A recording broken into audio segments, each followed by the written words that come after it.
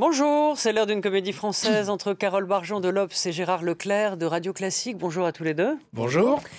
Alors, le remaniement, éternelle comédie française et continuel casse-tête pour l'exécutif qui doit jongler entre les équilibres politiques, les susceptibilités et les caprices des uns et des autres. Bref, c'est compliqué. Le remaniement sera apparemment annoncé ce jeudi après-midi et par communiqué, donc pas de scénographie avec, vous savez, le secrétaire général de l'Élysée sur le perron. Donc c'est une première indication, on peut le dire, que François Hollande, dans le fond, ne veut pas donner trop d'importance à ce remaniement et que ce ne sera pas une grande affaire pour l'opinion. Peut-être, mais enfin, en même temps, il est au journal de 20h, si je ne m'abuse, sur 2 chaînes en même temps. Donc, oui, c'est peut-être plus pour parler de la déchéance. Mais bon. Sûrement, mais enfin, on va en parler. Il sera quand même, voilà, en prime time, comme on dit, et le remaniement aura été annoncé. Donc, pour ce qui est de la scénographie, il n'y aura peut-être pas le formalisme républicain, mais en tout cas, il sera certainement amené à commenter un petit peu ce remaniement. Alors, bien sûr, je suis d'accord avec vous, la première des raisons, c'est évidemment le vote favorable sur la déchéance de nationalité, et notamment le fait que, contrairement à pas mal de prévisions, les députés socialistes ont voté plus massivement que ce qu'on pouvait l'attendre, compte tenu des multiples réticences. Et la droite aussi, ça s'est un petit peu réduit parce que François Fillon, qui était le fondeur, la nouveau gauche, fondeur et la de la droite, voilà, a quand même, ça s'est dégonflé autour de François Fillon. Cette déchéance, donc ça s'est passé. Est-ce qu'on peut imaginer maintenant, bon, on a l'épreuve 5e, mais maintenant le problème c'est le Sénat. Oui, tout à fait. Non, bon, ça a été un soulagement hier, parce que faut se souvenir que sur le vote de l'article 2, il y avait seulement 14 voix de majorité. Donc il y avait un vrai doute sur qu'est-ce qui allait se passer pour l'ensemble du texte. Et là, pas dire divine surprise, mais enfin soulagement incontestable pour le pouvoir, puisqu'il y a donc une majorité, il y a les 3/5e, les fameux 3/5e, et une majorité donc de 118 voix, même si quand on regarde, c'est très divisé partout. Au Parti Socialiste, il y a quand même quasiment un tiers du parti des députés socialistes qui n'ont pas voté, qui ont voté contre ou qui se sont abstenus. Ça n'est jamais arrivé. Les frondeurs, pour l'instant, c'était 40 ou 50 voix. Là, ils sont montés beaucoup plus haut. Et à droite, il y a aussi cette division. On pourrait presque dire, pour le vote, pour résumer tout ça, il y a 6 fois la 6D, la lettre D. Il y a la division des socialistes. Il y a le désaccord, la discorde à droite entre les sarkozystes qui ont voté pour et les fillonistes qui ont voté contre. Il y a le D de démission de Taubira.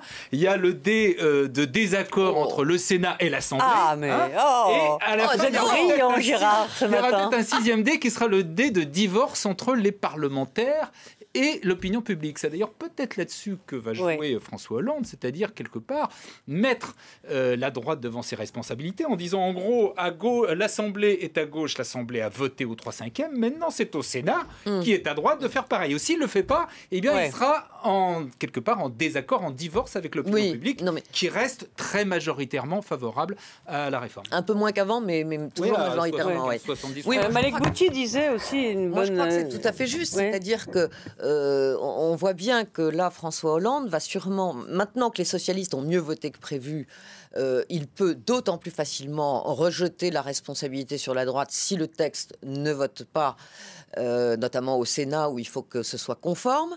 Et d'une certaine manière, je crois que ce soir, il veut d'autant plus souligner la victoire pour mieux désigner les coupables ensuite. Voilà, c'est un peu l'idée, je pense. Ce sera la droite et puis les frondeurs. Apparemment, dans Le Point, il dit ça fait 3 ans qu'on supporte ces ozos. C'est un petit indiscret qu'on peut lire dans Le Point. Mais revenons, même si c'est un petit jeu dangereux, parce que dans le fond, personne n'est dans la tête de François Hollande, et Dieu sait si c'est si difficile d'y entrer, même pour ses plus proches collaborateurs. Mais ce qu'on peut déjà dire dans... cette espèce de valse des ministres, on va dire, sans faire de jeu de mots.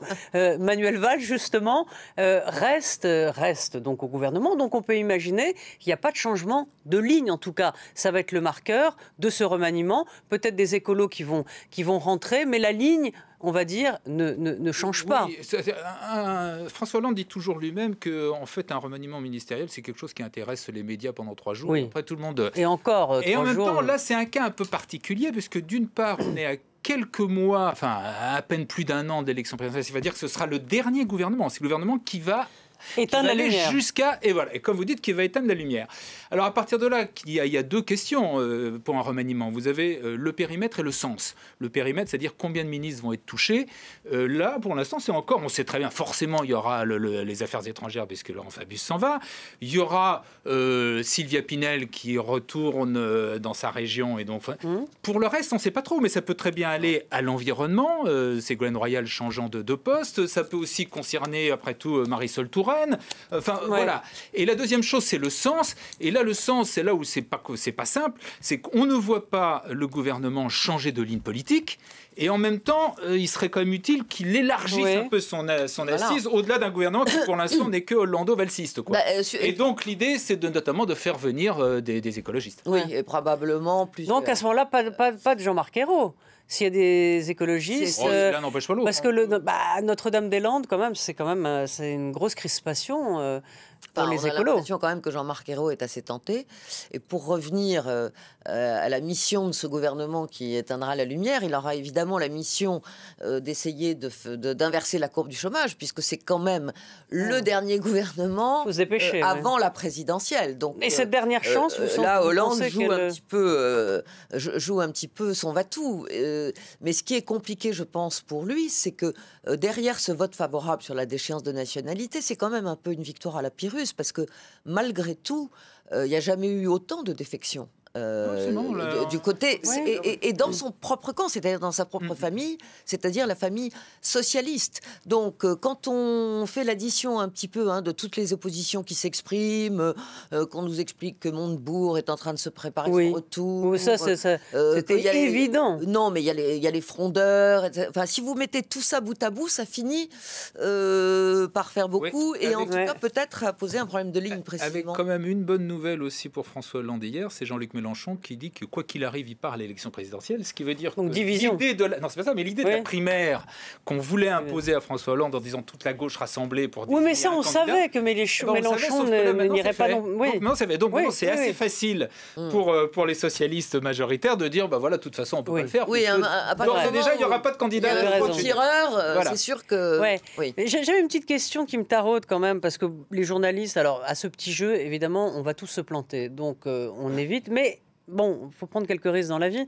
Beaucoup mettent une pièce sur Jean-Marc Ayrault. J'ai quand même une petite inquiétude là-dessus.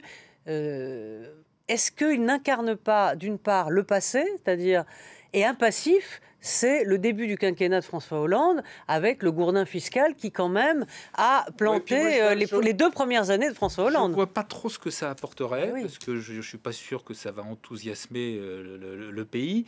Il y a une chose peut-être, c'est qu'on le sait qu'il est très européen, qu'il parle couramment allemand, etc.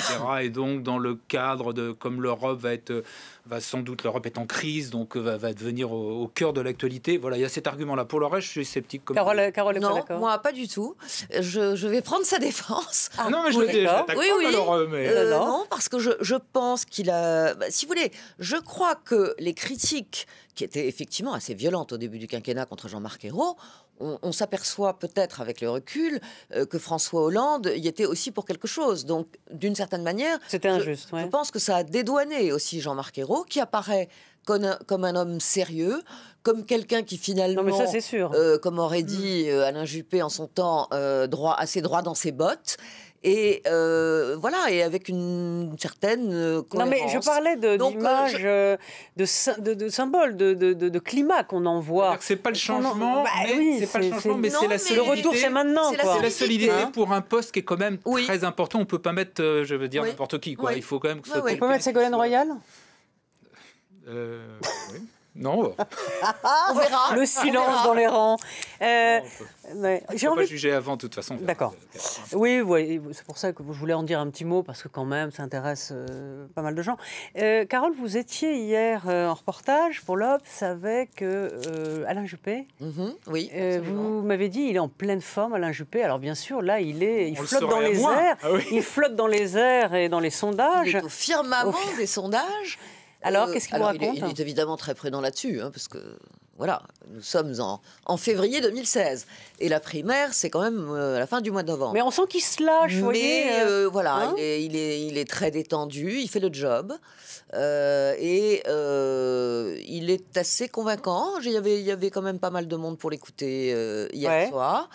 Pas de petite confidence? Écoutez, s'il se sent, il dit que son âge, c'est pas un problème, puisque le candidat démocrate Bernie Sanders a 74 ans, donc 4 ans de plus que lui. Il n'est pas encore élu, quand même. Oui, pas encore élu. Ouais, non, c'est vrai que pour lui, il y a deux arguments très très forts maintenant en sa faveur. Le premier, c'est que pour la primaire, il est largement devant, mais très largement devant. Et deuxièmement et surtout, pour un premier tour de la présidentielle, soit il arrive en tête, soit il est de toute façon, quoi qu'il arrive, il serait sélectionné pour le deuxième tour. Ce qui n'est pas forcément le cas de Nicolas Sarkozy, qui n'a qu'un point d'avance par rapport à François Hollande. Le plus important, donc pour l'électorat de droite, la garantie, si je puis dire, d'être au deuxième tour, de se débarrasser de Hollande et surtout d'être au deuxième tour et de l'emporter, pour l'instant, c'est Alain Juppé. Oui. Voilà. Fillon, 30 secondes. Fillon, du coup, si ça passe, les 3/5e, la primaire, c'est un peu planté. La là, primaire à droite, stratégiquement. Il ne faut pas oublier, c'est qu'il y a 2 tours. Voilà. Et Alain Juppé, évidemment, n'a pas oublié ça. C'est-à-dire que même si dans la primaire, il était derrière Sarkozy, qu'ils étaient tous les deux en tête, mais que lui était derrière Sarkozy, il y a un deuxième tour. Et à ce moment-là, évidemment, il n'est pas exclu qu'il puisse rallier les voix, notamment de François Fillon, par exemple. Non, mais aujourd'hui, si la primaire a lieu aujourd'hui, je pense qu'il n'y a pas photo, c'est clair, il est largement devant, et en plus, effectivement, le problème, c'est qu'elle n'a pas lieu aujourd'hui. Comme chacun sait, la politique, c'est pas une arithmétique, c'est pas une rationnelle, tout dépend de la une participation. Voilà, puis tout dépend de la dynamique qu'il y aura. Où on en sera dans un an, peut-être. Voilà. Mais pour l'instant, il nous reste du temps pour une sérieuse option, me semble-t-il. Pour en parler de tout cela. Donc, on va suivre, bien sûr, le remaniement toute la journée. Et puis, je vous donne, moi, rendez-vous à 17h10 pour Politique avec Jean-Marie Colombani et nos invités. Merci à tous les deux. Et merci à tous et à très vite. Merci.